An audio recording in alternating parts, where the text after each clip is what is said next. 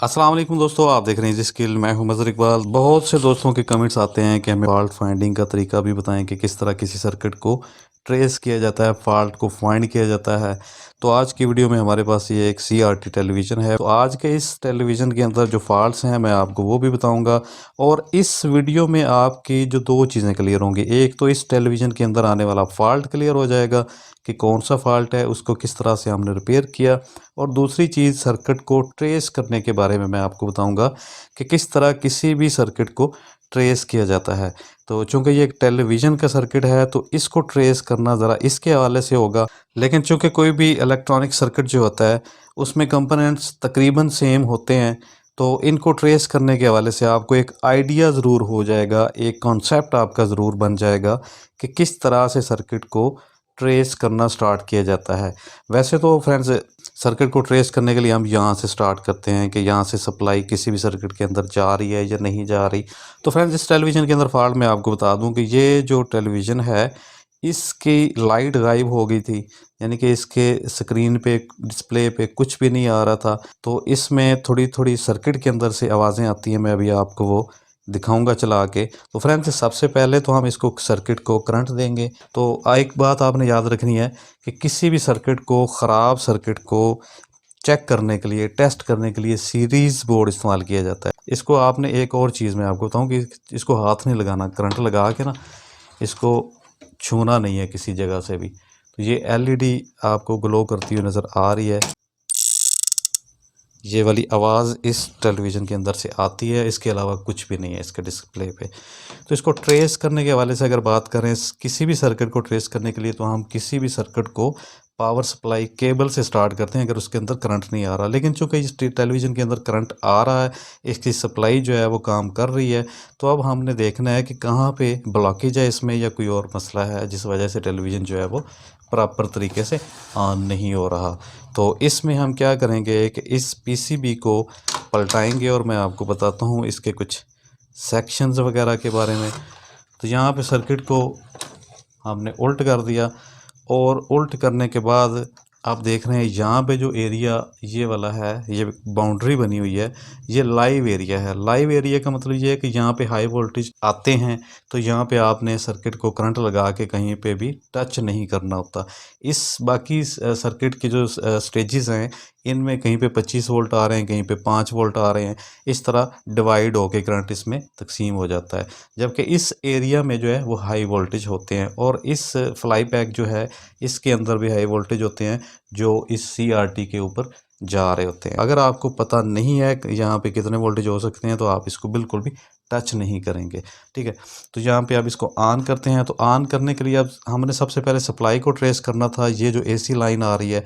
उसके बाद हमने स्टेप बाय स्टेप आगे जाना था, चॉपर ट्रांसफार्मर से आगे वोल्टेज जो आते हैं वो भी हमने चेक करने थे। लेकिन चूँकि ये सप्लाई ऑन है, तो हम डायरेक्ट हॉरिजेंटल ट्रांजिस्टर जो है इस टेलीविज़न का, यहाँ पे हीट सिंक के ऊपर आपको लगा हुआ नज़र आएगा, यहाँ पे इसके ऊपर ये वाला जो ट्रांजिस्टर है, इस ट्रांजिस्टर के ऊपर हम डायरेक्ट यहाँ पे आके वोल्टेज इसके चेक करेंगे। तो यहाँ पे इसकी कलेक्टर जो है, सेंटर वाला जो पॉइंट है, इसके ऊपर 110 वोल्टेज DC आने चाहिए। तो हमने यहाँ पे डायरेक्ट वोल्टेज चेक करने हैं। तो मल्टीमीटर को हमने जो है वो ऑन करना है और DC 200 पे कर लेना है इसको। सर्किट को ऑन करने के बाद हमने एक ये नेगेटिव जो है, कहीं पे भी नेगेटिव कॉमन लगा देनी है। यहाँ पे ये जो ग्राउंड पॉइंट है इसका, इसके ऊपर लगा देते हैं, और पॉजिटिव को यहाँ पे लगा के हम टेस्ट करते हैं। तो आपको मल्टीमीटर के ऊपर नज़र आ रहा होगा कि यहाँ पे और यहाँ पे इसके वोल्टेज आप देख रहे हैं 62.7। तो यहाँ पे ये वोल्टेज आ रहे हैं, और टेलीविज़न के अंदर से स्पार्किंग की आवाज़ भी आ रही है। इसको बंद करते हैं। ज़्यादा देर अगर कोई इसमें आवाज़ आए या कोई चीज़ हीट हो, तो आपने इसको ज़्यादा देर करंट लगा के नहीं रखना होता। तो अब यहाँ पे ये वोल्टेज कम क्यों है, सबसे पहले हमने ये चेक करना है। इसको चेक करने के लिए इसको ओपन करना पड़ेगा, हॉरिजॉन्टल ट्रांजिस्टर को। तो फ्रेंड्स, इस ट्रांजिस्टर की पिन जो है मैंने फ्री कर दी है, ओपन कर दी है। यहाँ पे इसके साथ, सर्किट के साथ कनेक्टेड नहीं है। अब इसको मल्टीमीटर से टेस्ट भी कर लेंगे कि ये ट्रांजिस्टर ठीक है या नहीं है। तो ट्रांजिस्टर को टेस्ट करने के लिए मल्टीमीटर को आपने डायोड पे करना होता है। यहाँ पे आप डिस्प्ले पे देख सकते हैं डायोड की सिंबल बनी हुई आ रही है। तो ये ट्रांजिस्टर होता है इसके अंदर, ये D1650 है, D2498, ये कोई भी हो सकता है। तो इसको टेस्ट करने का तरीका जो है वो मैं आपको बता देता हूँ कि एक वीडियो में मैंने आपको ये ट्रांजिस्टर पहले टेलीविज़न के टेस्ट करने का तरीका बताया भी था, तो उसका लिंक भी मैं आपको डिस्क्रिप्शन में दे दूंगा। तो दोनों ट्रांजिस्टर को टेस्ट करके मैंने बताया था। तो यहाँ पे ये वाला ट्रांजिस्टर, इसकी ये सेंटर वाली पिन है, ये वाली जो हमने ओपन की है सर्किट के अंदर, इसके ऊपर हम एक प्रॉब रखेंगे और दूसरी प्रॉब से बारी बारी लगा के चेक करेंगे। तो मल्टीमीटर के ऊपर आप देख रहे हैं 0.514 रीडिंग आ रही है। इसके ऊपर लगाएंगे इधर से, तो इसके ऊपर भी यही रीडिंग आ रही है। तो इसको अगर हम इस तरह कर देंगे, उल्टा कर देंगे, तो यहाँ पे आपकी रीडिंग मल्टीमीटर पे नहीं आएगी और जो साइडों वाले पॉइंट्स हैं दोनों, इन दोनों को तकरीबन शॉर्ट बताएगा 0.060। ठीक है, इतनी सी मज़ामत है इसके अंदर। इसी तरह ही इसके अंदर जो ट्रांजिस्टर है वो बता रहा है, तो इसका मतलब है कि ट्रांजिस्टर इसके अंदर ठीक है। अब इसको हमने ओपन कर दिया हुआ है, तो ओपन करने के बाद यहाँ पे हम वोल्टेज ट्रेस चेक करेंगे कि यहाँ पे वोल्टेज कितने आ रहे हैं। तो अब टेलीविज़न के अंदर जो है वो स्पार्किंग की आवाज़ आ रही थी वो बिल्कुल नहीं आ रही।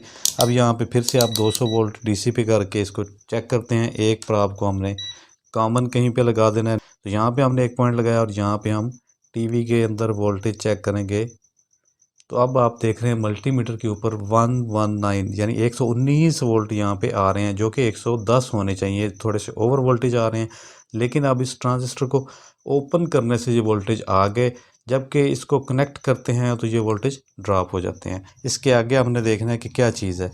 तो चूंकि ये लाइन आप देख रहे हैं ये जो जा रही है, ये लाइन फ्लाई बैक की पिन नंबर 1 के ऊपर जा रही है, तो इसका मतलब है कि फ्लाई बैक के अंदर से ही स्पार्किंग की आवाज़ आ रही है और इस फ्लाई बैक वाले एरिया में ही फॉल्ट हो सकता है। तो इसको हमने ये भी देखना होता है, कोई भी चीज़ सर्किट में हीट हो रही है तो, या फिर किसी चीज़ से स्मेल आ रही है, तो ये हमने अपने जहन में रखनी होती है सर्किट को ट्रेस करते हुए ये चीज़ें, कि उसमें कोई चीज़ ज़्यादा हीट हो रही है नॉर्मल से, या फिर उसमें से स्मेल वगैरह आ रही है, तो जाहिर सी बात है वो कोई कंपोनेंट या कोई चीज़ ख़राब हो सकती है। तो इस टेलीविज़न के अंदर इस फ्लाई बैक पे मुझे डाउट है, तो बल्कि डाउट क्या है, इसके ऊपर आप ये फ्लाई बैक कन्फर्म ख़राब है। अब मैं आपको दिखाता हूँ, ये देखें, ये फ्लाई बैक जो है ना पिघला हुआ है, यहाँ पे ये शेप ही बिगड़ी पड़ी है, इसकी हीट हो के ये ख़राब हो चुका है। तो इस फ्लाई बैक को हम चेंज करेंगे। फ्लाई बैक को ओपन करते हैं। ओपन करने के लिए हमने क्या करना है कि ये जो CRT के ऊपर से आ रही हैं वायर्स, इसको पहले हमने डीसोल्ड करके उतार लेना है। अब इसको भी उतारना है फ्लाई बैक को निकालने के लिए। तो चूँकि फ्लाई बैक ख़राब है, इसके अंदर करंट नहीं होगा, वरना आपने इसको ग्राउंड करके पहले इसकी करंट ज़ाया करनी होती है। ठीक है, उसके बाद इसको हाथ लगाना होता है, वरना इसके अंदर हाई वोल्टेज हो सकती है और आपको करंट लग सकता है। अब जो है बाकी वाले पॉइंट्स हैं उनको भी हम उतार लेंगे। तो एक पॉइंट ये आ रहा है इसका, ठीक है, और एक पॉइंट ये आ रहा है। तो अब इसको क्या करेंगे कि हमने CRT सर्किट जो है पिक्चर ट्यूब के ऊपर, इसको उतार लेना है। इसको आप पीछे खींचेंगे तो ये निकल जाएगा।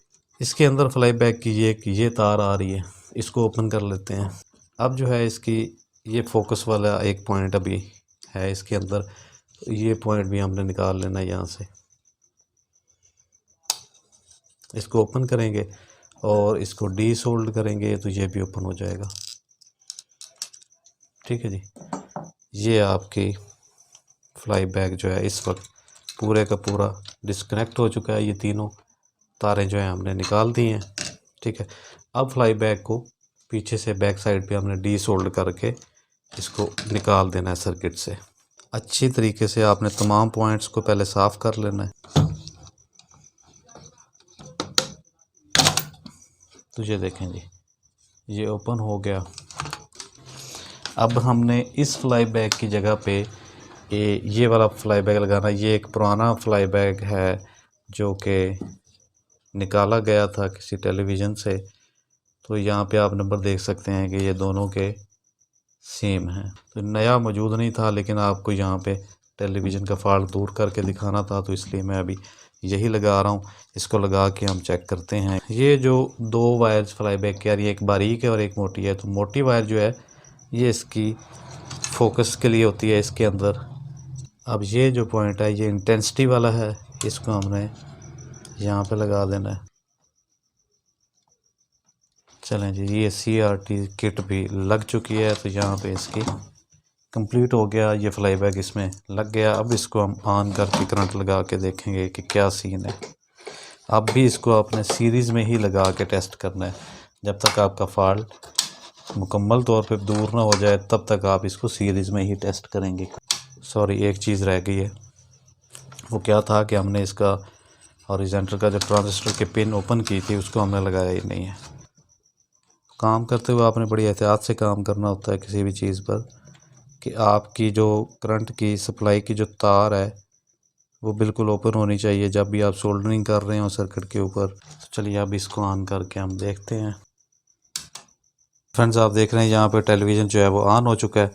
ठीक है, तो ये था इसमें फ़ॉल्ट और इसको हमने रिपेयर किया। वीडियो पसंद आई हो तो इसको लाइक ज़रूर कीजिएगा।